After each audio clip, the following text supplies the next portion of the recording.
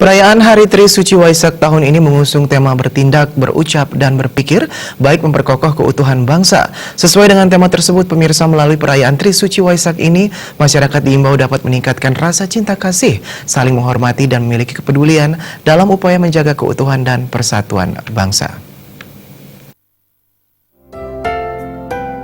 Dalam Trisuci Waisak terdapat 3 peristiwa penting yang diperingati, yaitu hari lahirnya Siddhartha Gautama, lalu Siddhartha Gautama mencapai tahap penerangan agung dan menjadi Buddha, serta hari Buddha Gautama wafat. Perayaan Trisuci Waisak tahun ini mengusung tema bertindak, berucap, dan berpikir baik memperkokoh keutuhan bangsa. Sesuai dengan tema tersebut, masyarakat diingatkan pentingnya bertindak, berucap, dan berpikir yang baik dalam segala aktivitas.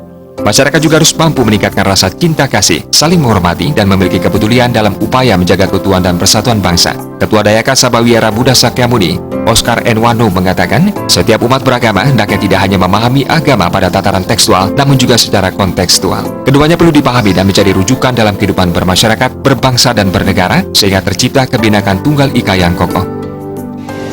Nah, tentunya di dalam peringatan Trisuci Waisak ini mengenang ajaran Guru Agung kita yang 2600 tahun yang lalu masih relevan per saat ini, yaitu kita mengajak agar kita tiap-tiap umat, baik umat Buddha maupun yang simpatisan ataupun yang lainnya, mempunyai rasa malu dan takut akan akibatnya. Malu berbuat jahat, takut akan akibatnya.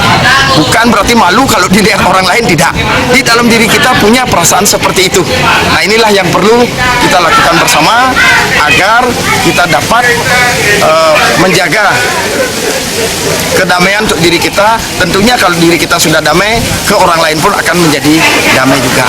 Sehingga itu merupakan berkah bagi kita semua, karena kita merupakan satu kesatuan anak bangsa yang mana di negara kita menganut Bhinneka Tunggal Ika.